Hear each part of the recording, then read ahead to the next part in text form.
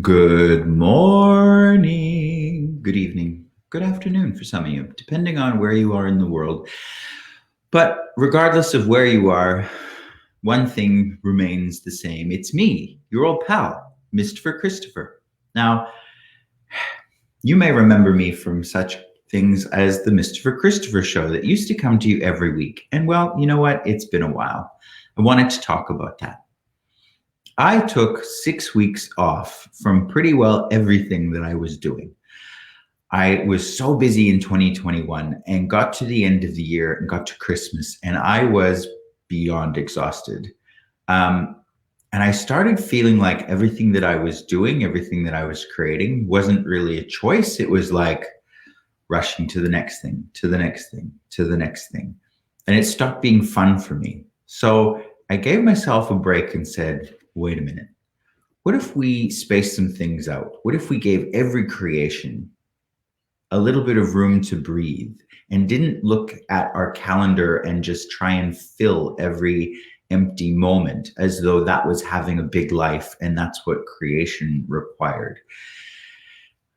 Because I had really thought that that's what would build my business and that's what would give me more of what I'm asking for. But I started getting to the point where I didn't feel like I was enjoying my life. I just felt like I was busy for the sake of being busy.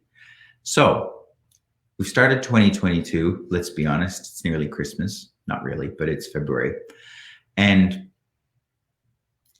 this is the first class that I've done this year, which is unusual for me. Usually there's something every week. So to take 6 weeks and give everything some room to breathe is so exciting for me. It's allowed me to create more and create differently with a sense of peace and space and none of that hurried rush to get things done.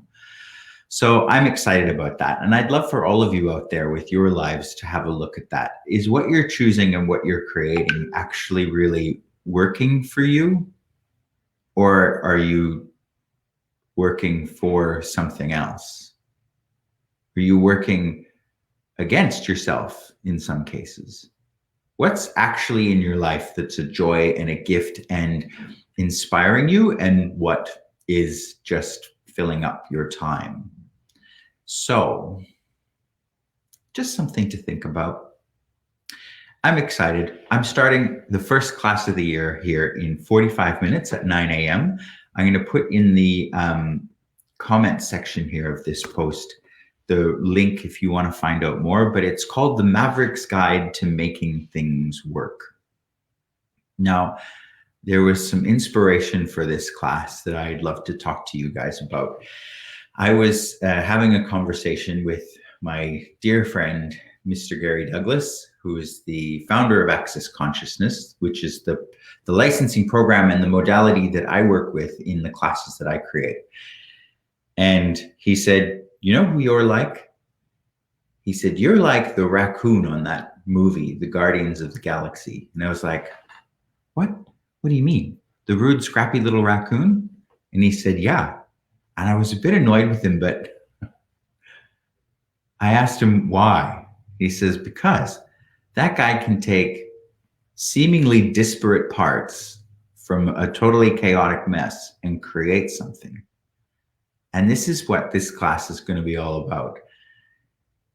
Being a maverick kind of encapsulates the energy of that for me, because being a maverick is not following any of the rules and not following the trodden path. Like, imagine you were a tradesman who was learning how to build things, and you can do that the way everyone has done it before, the way everyone's told you you have to.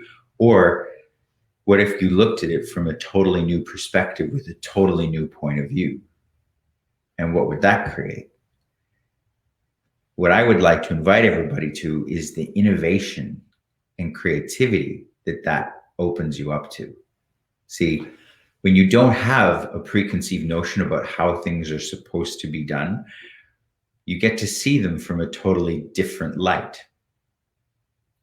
I studied music when I was in university, and there was the composer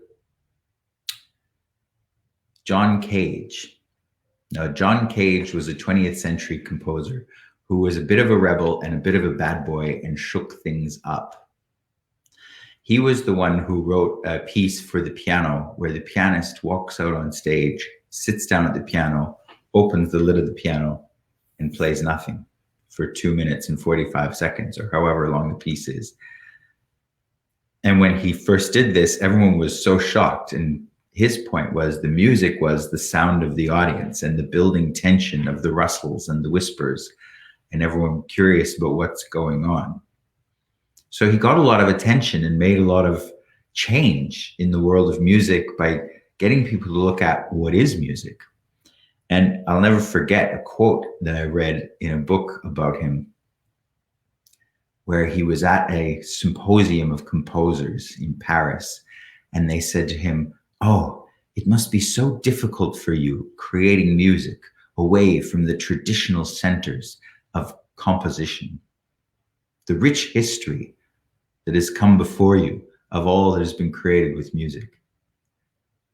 And he looked at the man who said this to him and he said, "Wow, my point of view is it must be very difficult for you creating amongst all of that tradition of what has come before you." So this is something that we're going to be talking about and looking at is,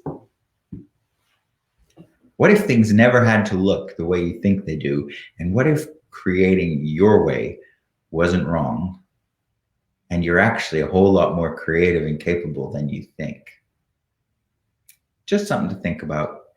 So we start in 40 minutes. The link is there for those of you who wish to join. We've got plenty of people coming that speak other languages. There's German, there's Japanese, there's Mandarin, there is Romanian. Feel free to join us. Bye, everybody.